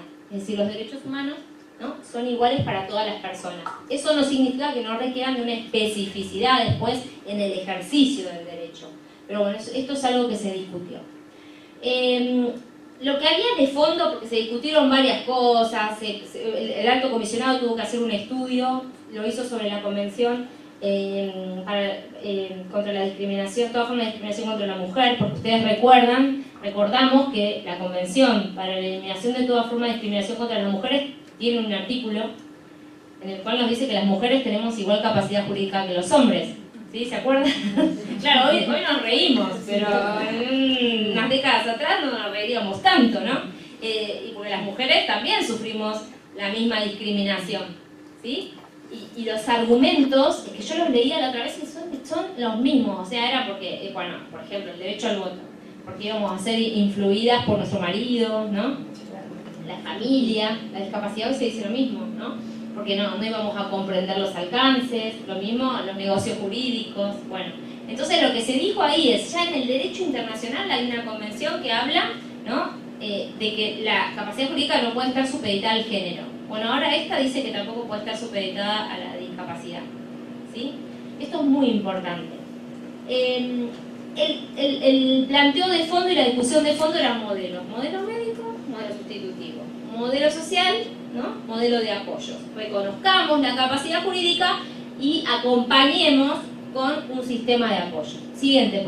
No, esperen, no les contaba algo muy interesante. Se discutió tanto esta convención, este artículo, perdón, que casi no se aprueba la convención por este artículo, ¿sí? Yo recuerdo ya por el 6 de diciembre de 2006 que era el último día, había que aprobar la convención sí o sí, porque cambiaba el presidente y por cuestiones políticas no se sabía si iba a existir la convención aún. Había que aprobarla sí o sí, por una cuestión política. Y no se llegaba a un acuerdo sobre este 12, porque había países que no aceptaban esto, ¿no? Entonces, bueno, en un momento no se sabe cómo seguía la cosa, estaba todo el mundo alterado, qué sé yo, bueno, ya está, se aprobó, vamos a leer, ¿no? Entonces se leía para que se aprobara cada artículo por artículo. Y era muy emocionante, me acuerdo de sentarme en las gradas, mirar eso y era llorar, porque era un trabajo, imagínense, de 5 años con las personas. Artículo 1 se leía, la gente aplaudía, lloraba, emoción, artículo 2, artículo 12, abucheo total, porque se aprobó el artículo 12, fíjense qué ridículo, ¿no? Con una nota a pie de página, o sea, un tratado con una nota a pie de página, ¿no? El artículo 12 se aprobó tal cual lo leemos hoy, pero esa nota a pie de página decía que para los estados árabes, China y Rusia, capacidad jurídica significa capacidad de goce de derecho y no capacidad de ejercicio o de hecho, ¿sí? O sea, nada, acordaba con el codo lo que se escribía con la mano. Bueno, en esa semanita antes que se aprobaba por el comité y tenía que aprobar la Asamblea General de Naciones Unidas, se quitó esa nota a pie de página y tenemos el artículo tal cual lo tenemos hoy. Igual no fue tan fácil, porque los primeros pasos, después de este nacimiento traumático, hicieron que algunos países presentaran reservas, hicieron que el comité tuviera que hacer esa observación general número 1 sobre capacidad jurídica, que si no la leyeron se lo súper recomiendo, porque es donde desarrolla el contenido y alcance del derecho a la capacidad jurídica, donde empieza diciendo que los países están haciendo todo mal y trata de explicar cuáles son las obligaciones de los estados en la materia. Y después, no sé, el alto comisionado, distintos organismos en la región nuestra, en el sistema interamericano, el CEDIS, que es el Comité de la Convención Interamericana sobre Discapacidad, hizo una observación muy importante también donde intima que los países, ¿sí?, reemplacen este sistema sustitutivo por un sistema de apoyo. En materia también del comité a Uruguay, como a Argentina, como a Perú, como a Colombia, las recomendaciones, ¿sí?, que hace el comité una vez que el Estado presenta ese informe final, ese informe formal, ¿no?, al comité sobre la convención, en las recomendaciones que le hizo Uruguay, si no recuerdo mal, en el 2016, ¿no?, justamente le dice en materia de capacidad jurídica que hay que reemplazar, ¿sí?, este sistema sustitutivo por el sistema de apoyos. Siguiente, por favor. Bueno, el artículo 12 consagra entonces 3 obligaciones básicas por parte del Estado y por parte de la judicatura, digamos. La primera es el reconocimiento de la capacidad jurídica, ¿no?, de las personas con discapacidad en igualdad de condiciones con las demás en todos los ámbitos de la vida. Esto en todos los ámbitos de la vida es importante, sobre todo para las personas más cercanas a mi edad, más mayores, porque nosotras cuando estudiamos en la facultad, capacidad jurídica, no sé, ahora no, las más jóvenes no, calculo, pero en nuestra época yo me acuerdo que era capacidad jurídica con qué se relacionaba, con la seguridad jurídica de los actos patrimoniales. Bueno, era eso, era lo más importante. Estaba muy relacionada la capacidad jurídica con la realización de actos patrimoniales. Acá están diciendo en todos los ámbitos, porque en realidad ¿cuántos actos patrimoniales hacen las personas a lo largo de la vida? Bueno, algunas más afortunadas, muchas, otras menos poco, pero lo que sí hacemos las personas a lo largo de nuestra vida en ejercicio de la capacidad jurídica es, por ejemplo, votar, es, por ejemplo, el ejercicio de derechos personalísimos, el derecho a la maternidad, el derecho a derechos sexuales, reproductivos, no reproductivos, el derecho a la libertad, el derecho al consentimiento informado en relación a una práctica médica, no médica, bueno, un montón de cuestiones de decisiones, el derecho a trabajar, a poder trabajar, bueno, la capacidad jurídica, como sabemos, tiene incidencia en todo esto, y esto es importante de tenerlo presente y de que el Estado lo reconozca en todos estos ámbitos. Y en segundo lugar, el Estado, además, perdón, no sé qué pasó con la... bueno, en segundo lugar, les pido disculpas, en segundo lugar, además de reconocer la capacidad jurídica, hay que acompañar, ¿no?, para que la persona que lo requiera pueda ejercer esa capacidad jurídica con los sistemas de apoyo, ¿sí? Con los sistemas de apoyo que, por ejemplo, el proyecto uruguayo consagra y desarrolla. Pero además, siguiente por favor, la tercera obligación es que ese sistema de apoyo que se fije esté acompañado por un sistema de salvaguardias. Salvaguardias, ¿no? Donde, ¿cuál es la salvaguardia? ¿A qué tiene que apuntar? Bueno, a que el apoyo cumpla su función. ¿Cuál es la función del apoyo? La función del apoyo es promover la autonomía de la persona y que pueda ejercer sus derechos.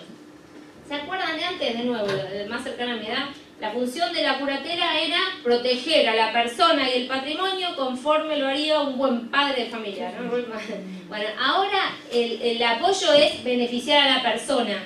El beneficio de la persona tiene que ver con el desarrollo de su autonomía, tiene que ver con el ejercicio de sus derechos, y cuando la autonomía funcional está limitada, la persona, porque hay personas que con apoyos muy chiquititos pueden funcionar muy bien, otras que requieren un apoyo mayor, otras que requieren apoyos muy intensos, pero pongamos ahora, vayamos al peor panorama, a la persona que no puede comunicar su voluntad, ¿no?, por ningún modo, medio, formato adecuado, que probamos apoyos que resultan ineficaces y demás. Ahí, eso no significa que nunca se pueda realizar una acción, digamos, de representación de la persona, ¿sí?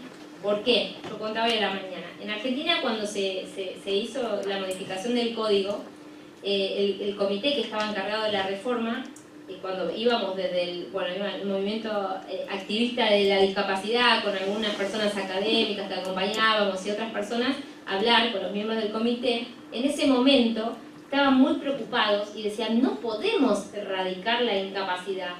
¿Y saben cuál era la preocupación? Decían, ¿y el caso Cerati? ¿Se acuerdan de Cerati que estaba en coma? El caso Cerati, tanto fue así que en los borradores durante años hubo un párrafo que era el caso Cerati. El caso Cerati era una persona que está en coma, obviamente. Bueno, en un momento hay que resolver cuestiones de la vida y hay que tomar decisiones. Ahí, ¿cómo juegan los dos modelos? El modelo sustitutivo tomaría las decisiones conforme lo haría un buen padre de familia, criterios objetivos de lo que es mejor, no sé. El modelo de apoyos lo hace conforme al proyecto de vida, de narrativa de vida de la persona. ¿Qué es la narrativa de vida, la biografía de vida, el proyecto de vida? Ustedes lo tienen en el proyecto de ley, pero no sé, no me acuerdo cómo, proyecto de vida creo que utilizan. Sí, una narrativa vital, ¿no? ¿Qué es eso? ¿Cómo es? Trayectoria vital. Bueno, más son sinónimos que en cada país yo veo que se utiliza diferente. A mí me gusta mucho el de narrativa de vida. Bueno, ¿cómo vivió esta persona? ¿Qué querría Gustavo Cerati? Quisiéramos que renováramos ese alquiler, no lo renovamos, que vendamos esa casa y compremos, no sé, bonos, que donemos, bueno, eso es muy importante, ¿no? Porque hace a la autonomía de la persona, a que obviamente si hay directivas anticipadas, esa narrativa de vida la vamos a dar, no va a ser necesario, pero cuando no las hay, y muchas veces no las hay, es necesario este principio que también está desarrollado y que se planteó en los debates de esta convención. La narrativa de vida, el respeto a la trayectoria vital de una persona, a los errores, ¿no? Cuando se debatía el artículo 12 se hablaba del derecho a cometer errores, de las personas con discapacidad, ¿no? Todas las personas crecemos, ¿no?, y maduramos a partir de la comisión de errores, y muchas veces a las personas con discapacidad no se les permite eso y ellos decían, es un derecho también esto, ¿no? Bueno, es difícil esto. ¿Por qué? Porque cuando hablamos de capacidad-incapacidad, o capacidad-incapacidad y el intermedio, no sé si acá cómo se llama, ¿no? Estamos hablando de trajes, ¿no? Ya vamos a comprar el trajecito, que es blanco, negro, o gris, ¿no? Ese intermedio de, no sé, la inhabilitación, no sé cómo tienen acá, si es igual que como era en Argentina. La capacidad de incapacidad y la parcial. Bueno, ya está, elegís el traje blanco, el negro o el gris. Ahora, los apoyos y el modelo de apoyos, lo que hace es que tenemos que ir y nos tienen que hacer un traje a medida, ¿sí? Bueno, sabemos, el traje a medida cuesta mucho más. Tenemos que ir muchas veces a probarlo, va a ser más caro, caro en el sentido no de económico, ¿no? De, bueno, acá en el ejemplo metafórico sí que le doy. Pero no quiero decir que va a requerir más recursos, ¿no? ¿Sí? Entonces, pero sabemos, todas las que nos hemos podido hacer algún día un traje, un vestido a medida que, bueno, no se compara, ¿no? Bueno, entonces, esto del modelo de apoyos es un poco pensar en el traje a medida, ¿no? A medida de las necesidades de la persona, de las potencialidades, del momento, del contexto. También hay que saber y pensar que la capacidad es dinámica, ¿no? Y que el ejercicio de los derechos también, pensar en ese concepto dinámico. Por eso siempre en todas las normas que se van haciendo a nivel de derecho comparado se habla de un plazo de revisión de 3 años, o antes, cuando sea necesario, ¿no? Pero bueno, máximo de 3 años. Bueno, son garantías que también son salvaguardas, ¿no? Si las pensamos, para que los sistemas de apoyo funcionen. Siguiente, por favor.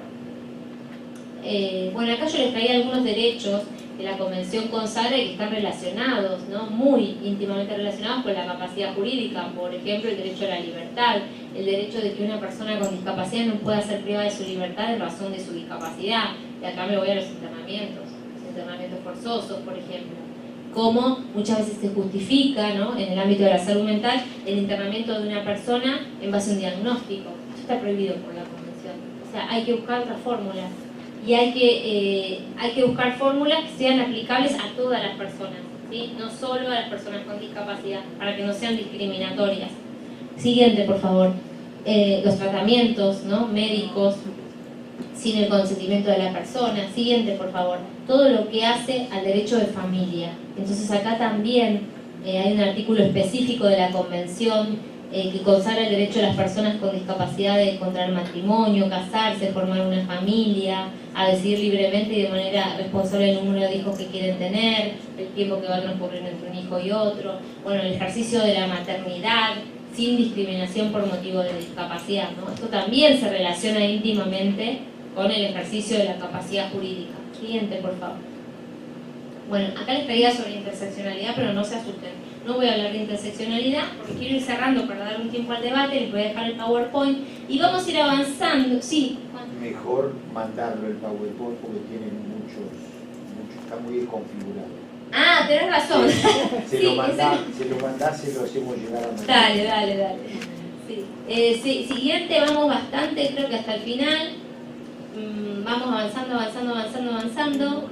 Yo les traía acá la interseccionalidad, seguimos, les voy contando el artículo 6, la manera transversal que tenía de incorporar vos seguís que yo voy contando así la manera de incorporar, ¿no? Toda la perspectiva de género. Después traía lo mismo con el artículo 7, la niñez. Es importante, como garantía de la niñez, en derecho de niñez, la Convención lo consagra, ¿no? En el artículo 7, trae como principios del derecho de la niñez, interés superior, ¿no? Obviamente, autonomía progresiva, derecho a la participación y derecho a ser oído, ¿sí? Según su edad y madurez, al igual que otros niños y niñas. Eso es muy importante, porque... miren lo que les traigo acá. Bueno, parame acá, por favor. Lo de la edad y madurez es muy importante porque muchas veces a niños, y también les traía un caso que pasó en Argentina, que en base a un diagnóstico de autismo no se celebró la audiencia porque no se adoptaron los ajustes, y después en cámara ni se convocó al niño, ¿sí?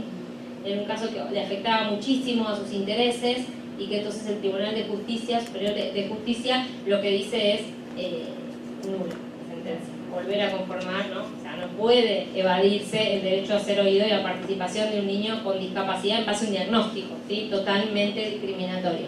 Acá le traigo una sentencia, una para atrás, por favor, que no se las voy a leer ahora, después léanla, pero esto es en el 2010 en Argentina y es increíble. Es cuando en un caso de una violación de una mujer con discapacidad,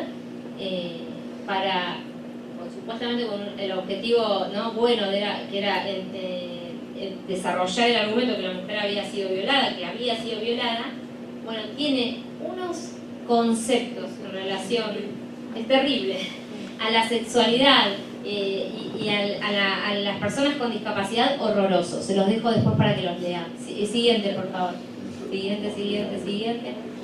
¿Saben cómo se conoce eso en Argentina como el caso de los simios? Porque llega a asimilar la sexualidad de las personas con discapacidad con la de los simios.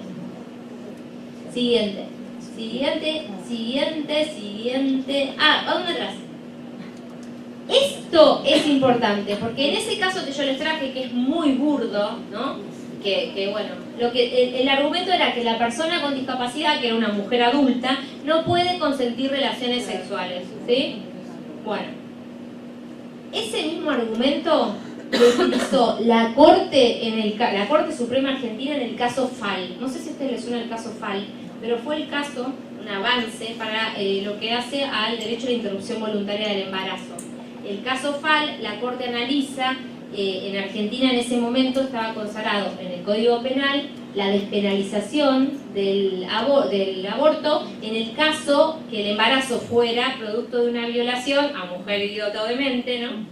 Y entonces, en este caso, que llega a la Corte, era una chica de 15 años, o sea, una niña o adolescente, que había sido violada por su padrastro, ¿sí? No tenía discapacidad, pero ahí lo que se valoraba era si era aplicable la despenalización cuando el embarazo fuera producto de una violación. Bueno, la Corte argumenta que sí, que era aplicable a todas las mujeres, no solo... Fue un avance, ¿sí?, para el colectivo de mujeres. Pero fíjense qué lástima, porque la Corte, queriendo argumentar a favor de eso, dice, puesto que todo acceso carnal sobre una mujer con deficiencias mentales es considerado ya una forma de violación. No. Las mujeres adultas con discapacidad tienen derecho al ejercicio de sus derechos sexuales, reproductivos, no reproductivos, a decidir tener o no tener relaciones sexuales. ¿Sí? Esto no es así, pero fíjense, una lástima, Corte Suprema, ya bastantes años de vigencia la Convención, y sin embargo, bueno, nada, fue encima un fallo que se súper celebró en Argentina, pero bueno, siguiente, por favor. Este es el caso Marisa, que les comenté, que les dejo más data. Siguiente. Bueno, vamos a cerrar acá, creo que... acá, para cerrar un poco y abrir el debate o comentarios y demás, les traigo el artículo 13, un poco para fortalecer, ¿no?, esta idea de este sistema, volver a cerrar con lo que inicié, que tiene que ver con un sistema de justicia con perspectiva de discapacidad y enfoque de derechos humanos, ¿no? Las obligaciones que tiene el sistema de justicia en sentido amplio, ¿no? Cuando hablamos de acceso a la justicia tenemos que pensar en todas las instancias administrativas, a veces previas, que hacen a una denuncia, por ejemplo, o a un pedido de ayuda por ser víctima de violencia de género. Por ejemplo, pensemos cómo transita una mujer con discapacidad víctima de violencia de género, desde ir a la policía, desde todo lo que transita, o directamente no lo puede transitar, está repleto de barreras de todo tipo, ¿no? Bueno, entonces el acceso a la justicia debe ser interpretado desde este concepto amplio, ¿no? Y acá es donde hablan de la obligación que tienen bueno, las personas que pertenecen, ¿no?, a este sistema de justicia, de garantizar condiciones de accesibilidad, incluso mediante ajustes de procedimiento adecuados a la edad, para que las personas con discapacidad puedan participar también en sentido amplio, no solo como víctimas, no solo como parte actora o demandante. También cuando hablamos de acceso a la justicia y participación estamos hablando de personas con discapacidad que puedan ejercer funciones jurisdiccionales, que puedan ejercer la profesión de abogados o abogadas. Entonces tenemos que pensar, por ejemplo, no sé, los sistemas, no sé cómo se llama en Uruguay, el sistema que se utiliza para todo lo que es el trámite judicial, tiene un nombre eso, el sistema... Bueno, bueno, ¿es accesible? O sea, una persona ciega, por ejemplo, puede ejercer su profesión.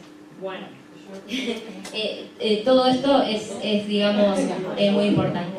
Y otra cuestión que es muy importante, tiene que ver con la capacitación, ¿sí? Que, como decimos, tiene que ser obligatoria, es decir, tienen que insertarse estos contenidos, tienen que insertarse a nivel de carreras de grado, que muchas veces no se ven, ¿sí?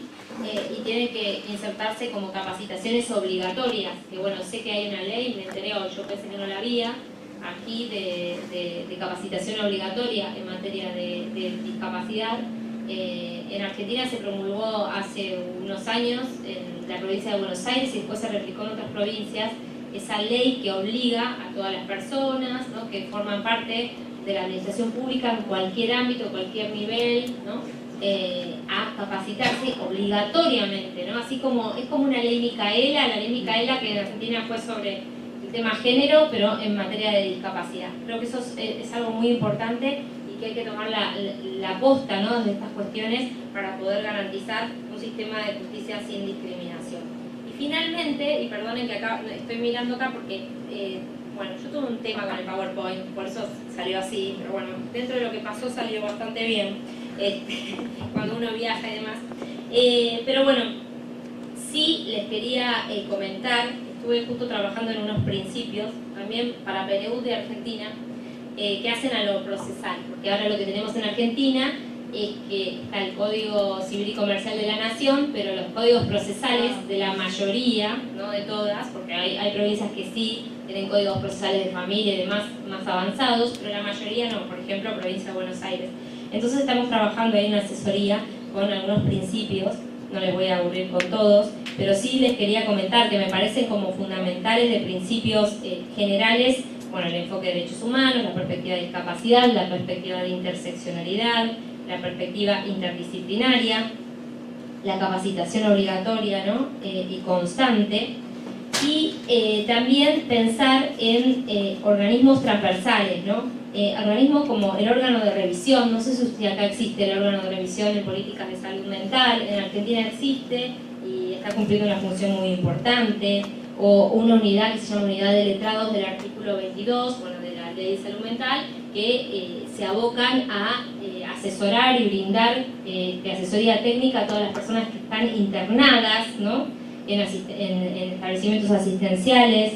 El programa ADAJUS, otro programa que habla de, bueno, se está tratando de implementar ahora, que tiene que ver con facilitadores de la justicia, personas que ejerzan funciones de apoyo, ¿no? Y finalmente, sí les quería hablar de unos principios específicos que tienen que ver, lo primero, con la identificación de una persona con discapacidad. ¿Qué significa esto? En el proceso se inicia, ¿no?, se inicia un proceso judicial y participa de ese proceso una persona con discapacidad.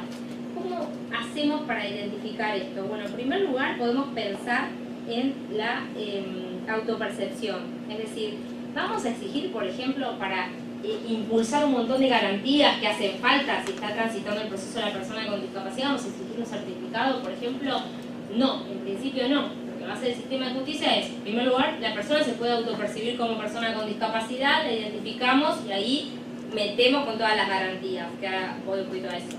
Otra es que la persona no se autoperciba, pero que veamos, ¿no?, detectemos que la persona tiene una condición o una situación de discapacidad que le puede generar una desventaja en el proceso. Entonces ahí también hay una obligación por quienes están, digamos, al mando del proceso judicial de, bueno, de alguna manera adoptar, ¿no?, identificar a la persona para que surjan, ¿no?, una serie de medidas. Otros de los principios tienen que ver con la accesibilidad, que ya hablé bastante y no les voy a aburrir con eso. Pero sí me parece importante, dentro de las ideas que estuve pensando, quizás pensar en el registro de medidas de accesibilidad y de adopción de ajustes de procedimiento. ¿Qué quiero decir? Que por un lado como fiscalización, pero por otro también como buena práctica para replicar, sería interesante que si vamos a aplicar una protección reforzada porque hay una persona con discapacidad y vamos a adoptar medidas, se tuvieran que dejar constancia, ya sea en el expediente o en algún registro, de, bueno, ¿qué medidas adoptamos? Esta persona, no sé, es ciega, bueno, detectamos eso, ¿qué medidas adoptamos? Bueno, la cédula de notificación no va a ser una cédula en papel, ¿no? Bueno, así vamos a pensar un montón de cosas. Entonces está bueno que eso quede asentado, ¿no? Bueno, primero porque eso genera otra responsabilidad, y por otro lado también para después hacer un registro con eso y replicar esas medidas, ¿no? Sistemas de apoyo. Los sistemas de apoyo no son solo de procesos que hacemos para identificar, ¿no?, y declarar apoyos a la persona después del proceso. Y en el proceso, entonces ahí vamos a identificar, la persona cuenta con personas de confianza que puede ejercer funciones de apoyo, va a participar de la audiencia, bueno, o no cuenta con nadie. Entonces tenemos que ahí intentar ver si hay una red. O, bueno, ¿quién dentro del sistema puede ejercer ese papel, no? Así como si necesitamos una intérprete de lengua de señas, quizás necesitemos una persona facilitadora de esa función de apoyo. Y bueno, después la protección reforzada, que tiene que ver, bueno, con la asistencia jurídica, ¿no? Gratuita, con la diligencia y la celeridad, es decir, muchos casos, sobre todo en donde transitan personas con discapacidad, sobre todo que tengan que ver con la rehabilitación o el derecho a la salud, es probable que necesiten mayor celeridad. Entonces eso es una protección reforzada, ¿no? Poder apelar a promoción de medios alternativos de resolución de conflictos, ¿no? Si esto pudiera ser una herramienta también para acelerar. Bueno, tengo muchas otras, pero tampoco, la verdad es que ya creo que estoy hablando como demasiado. Yo de todos modos, si a alguien le interesa, la inmediación, las notificaciones, los encuentros, ¿no? Las medidas y apoyos como accesibilidad, como facilitadores, los apoyos informales, ¿no? La designación o determinación de apoyos. Bueno, son todas medidas que tenemos que ir pensando. Muchas de ellas, debo decir, que las vi en el proyecto, varias de ellas, así que me alegré muchísimo de verlas, porque el proyecto uruguayo también va a cuestiones procesales, como debe hacerlo, o sea, no se queda solo en el derecho de fondo. Así que bueno, un poco todo esto es lo que les traigo, y ya agotando vuestra paciencia y la hora, me voy a callar y les voy a dar las gracias por toda la atención que he tenido, que veo las caras, tratando, a pesar del cansancio, de poner atención. Y bueno, quedan unos minutos, no sé si quieren para hacer algún comentario, consulta, lo que fueren. Hay cositas. Sí. Ah, sí, ¿dónde? Había una abogada, ¿no? Sí, ¿dónde está? No sé cómo nos manejamos con...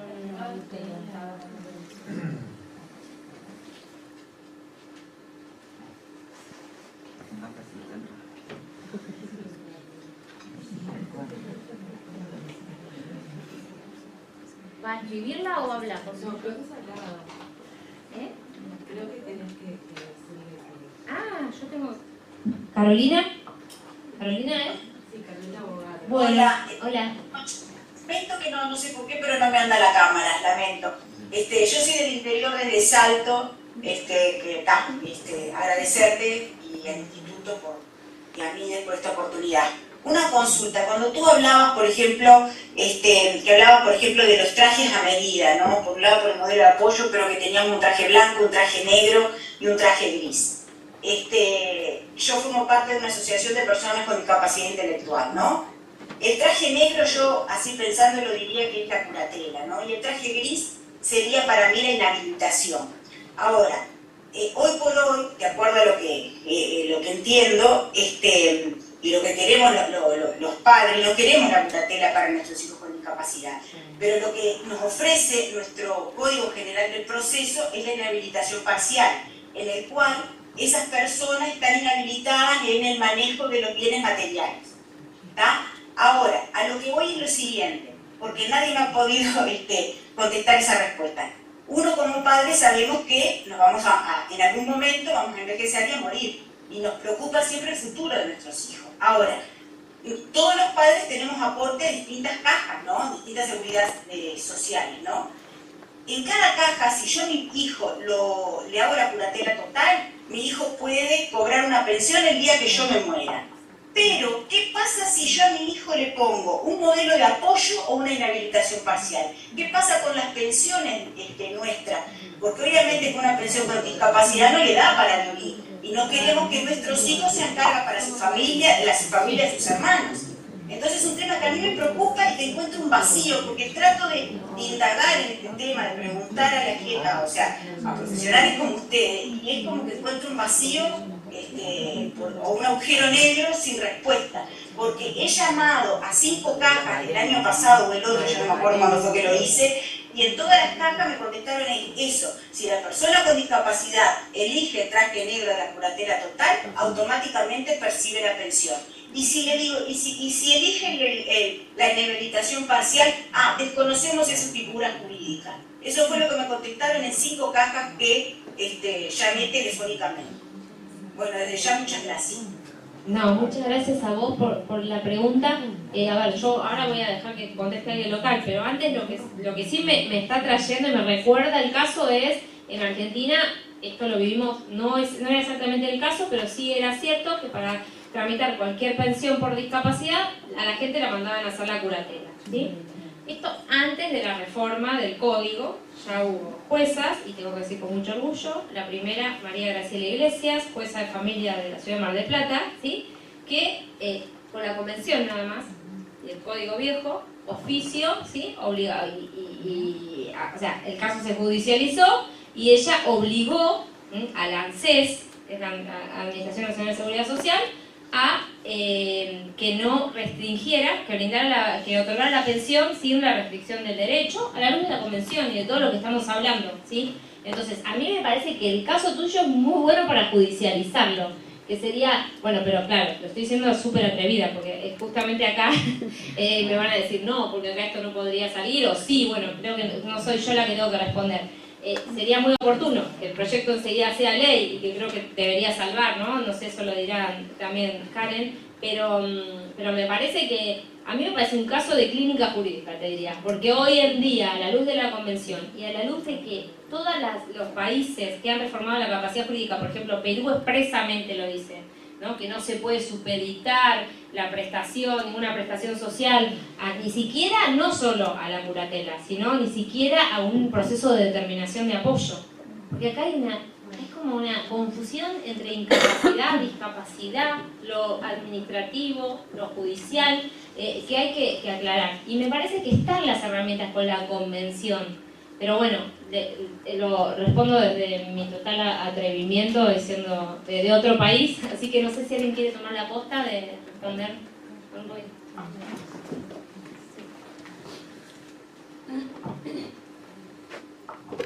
Bueno, buenas noches a todos y todas. En realidad, este es un tema largo, pero bueno, en resumidas cuentas, tanto este proyecto como el proyecto del baremo único apuntan, como yo siempre digo, a hablar en un mismo lenguaje cuando hablamos de discapacidad. Hoy no tenemos un mismo lenguaje. Cada organismo del Estado entiende que la discapacidad es de otra forma, todos asociados al modelo médico rehabilitador, y el proyecto del baremo único que está ahora en el Parlamento apunta a que haya un único instrumento de valoración de discapacidad, con lo cual no va a pasar de que haya criterios distintos a la hora de decir quién tiene discapacidad o no, más allá después del otorgamiento de las prestaciones. Pero la ley lo que plantea es que se va a crear el baremo único y que cada organismo del Estado tiene que revisar su propia normativa a la luz de la convención y a la luz de ese instrumento. Entonces ahí necesariamente cada organismo del Estado va a tener que hacer cambios, porque se va a tener que ajustar al baremo único y a su vez ajustar toda su normativa de prestaciones a este nuevo instrumento de medición. Yo creo que en ese punto, si va a ser un proceso largo, porque los cambios cuestan, ahí los cambios cuestan mucho, va a ir en esa línea. ¿tá? Hoy nos encontramos con situaciones de todo tipo, tamaño y color, de personas que van al sistema judicial a pedir la declaratoria de incapacidad para acceder a una pensión. Porque de repente es más sencillo, o porque de repente se sabe y se queda para toda la vida que no se la van a sacar. O sea, entonces hay muchas cosas que hay que revisar en la interna, pero es necesario primero crear un instrumento a medida de la realidad uruguaya bajo la luz de la convención y que sea unificado. Y ese es el primer paso, en eso estamos. También otro siguiente paso después es la certificación. Pero bueno, en esta primera instancia eso va a obligar necesariamente a los organismos del Estado que hoy tienen prestaciones vinculadas a la discapacidad a hacer modificaciones y a repensar su funcionamiento interno. Gracias. ¿Hay una pregunta? Bueno, no, ustedes manejan, no sé yo. Bueno, gracias. No sé si entonces... Hay una pregunta, María José. Lo que les pedimos es lo más resumido posible por el tema del horario. Sí. Agradecer en realidad a la organización, a la asociación por el espacio. La verdad que, como estábamos un poco intercambiando en el chat, es un debe de formación y discapacidad. Y te queríamos, antes que nada, que nos contaras alguna recomendación, que fue un tema que lo tocaste al final de la exposición, lo que tiene que ver con la discapacidad y los temas de violencia sexual.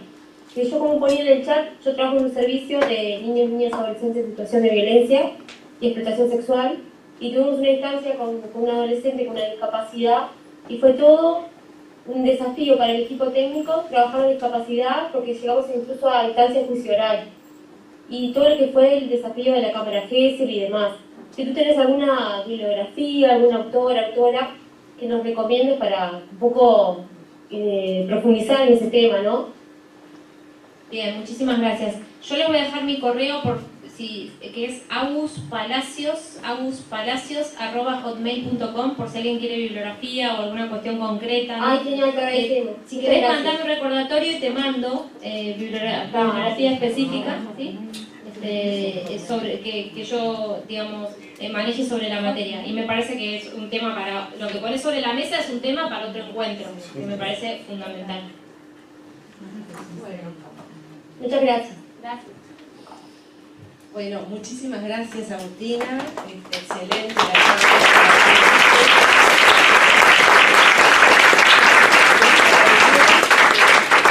presentes, a los que están por Zoom. Y bueno, estamos ya desde ya, te digo que te vamos a invitar nuevamente para continuar profundizando en estos temas. Bueno, nuevamente gracias a todos. Gracias.